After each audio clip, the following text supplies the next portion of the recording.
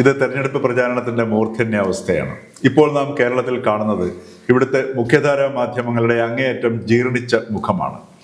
മാധ്യമങ്ങളെ ഉപയോഗിച്ച് ഹീനവും വൃത്തികെട്ടതുമായ രാഷ്ട്രീയം കളിക്കുന്ന മുന്നണികൾ, അതിനെ ആശ്രയിച്ച് എങ്ങനെ റേറ്റിംഗ് വർദ്ധിപ്പിക്കാമെന്ന ഏക ലക്ഷ്യത്തിൽ പ്രവർത്തിക്കുന്ന ചാനലുകൾ, നാറ്റം മറയ്ക്കാൻ പെർഫ്യൂം അടിക്കുന്നത് പോലെ ഇടയ്ക്കിടയ്ക്ക് ഈ ചാനൽ പ്രവർത്തകർ ജനാധിപത്യം, സ്ത്രീ സമത്വം, പൊളിറ്റിക്കൽ കറക്റ്റ്നസ്, ജെൻഡർ ജസ്റ്റിസ് എന്നീ വാക്കുകളും ഉപയോഗിക്കുന്നു.